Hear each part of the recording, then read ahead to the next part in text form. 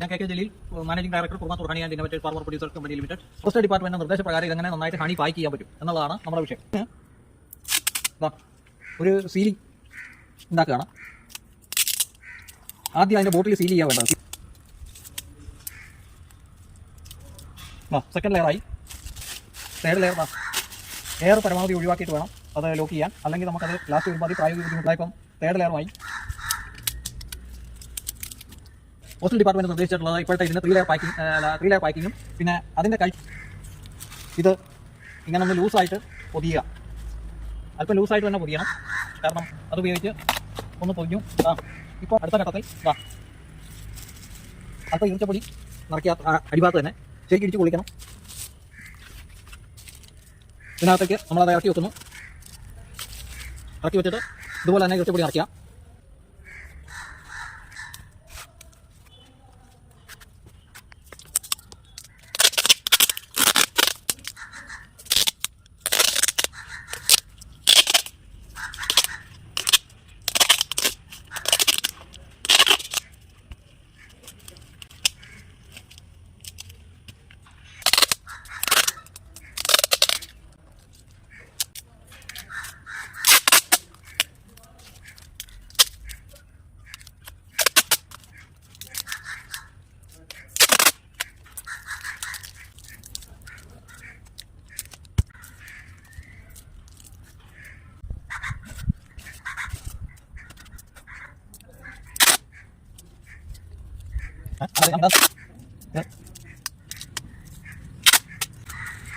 ഇപ്പം അവർ പറഞ്ഞിട്ടുള്ള നിർദ്ദേശപ്രകാരമുള്ള ഒരു നല്ല ബോക്സ് പാക്കിംഗ് ആയിക്കഴിഞ്ഞു.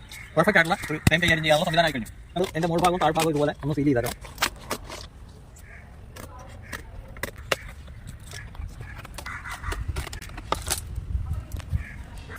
ഇതുപോലുള്ള ട്രാൻസ്പെറൻ്റ് അല്ലാത്ത ഒരു മാസ്ക് ഒട്ടിക്കുന്ന സംവിധാനമാണ്.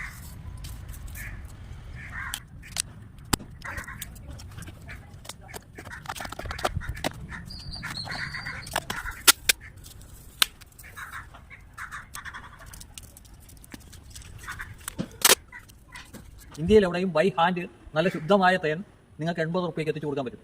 നിങ്ങൾ ഒരു കാരണവശാലും വിപണിയെ ആശ്രയിക്കേണ്ടതില്ല. അതായത് അപ്പോൾ അതെല്ലാം കരുതിക്കൊണ്ടാണ് പറയുന്നത്. ഗവൺമെൻറ് ഒരുക്കി തന്നിട്ടുള്ള നല്ലൊരു സംവിധാനമാണിത്. അതിന് ഡിപ്പാർട്ട്മെൻറ്റിനെയും ആത്മാർത്ഥമായി അഭിനന്ദിക്കുന്നു. കാരണം ഇതിനേക്കാൾ ലൈറ്റ് ആയിട്ടുള്ളൊരു സംവിധാനത്തിലാണ് ഞാൻ നേരത്തെ ലെയർ പാക്കിംഗ് ചെയ്തുകൊണ്ടിരുന്നത്. അതുപോലെ സ്വീകാര്യമായി പൊടി വേണം എന്നവർ ആവശ്യപ്പെട്ടിട്ടുള്ളതുകൊണ്ടാണ്, അതുപോലെ ഉടൻ കവർ വേണം എന്നും ആവശ്യപ്പെട്ടിട്ടുള്ളതുകൊണ്ടാണ് ഇത് ഞാൻ ചെയ്തിട്ടുള്ളത്. അപ്പോൾ നിങ്ങളുടെ തൊട്ടടുത്തുള്ള പോസ്റ്റ് ഓഫീസിൽ ഇതുമായി ബന്ധപ്പെട്ട് നിങ്ങൾ കണക്ട് ചെയ്യണം. എന്നിട്ട് അന്വേഷിച്ചാൽ അവർ നോ പറയുന്നുണ്ടെങ്കിൽ എന്നെ ഒന്ന് കോൺടാക്ട് ചെയ്താൽ മതി. ഞാൻ അതിൻ്റെ അവരുടെ ഓർഡറിൻ്റെ കോപ്പി വേണമെങ്കിലും അയച്ചു തരാൻ തയ്യാറാണ്. ഓക്കെ, അപ്പം വീണ്ടും സന്ധിക്കും വരെ വണക്കങ്ങൾ.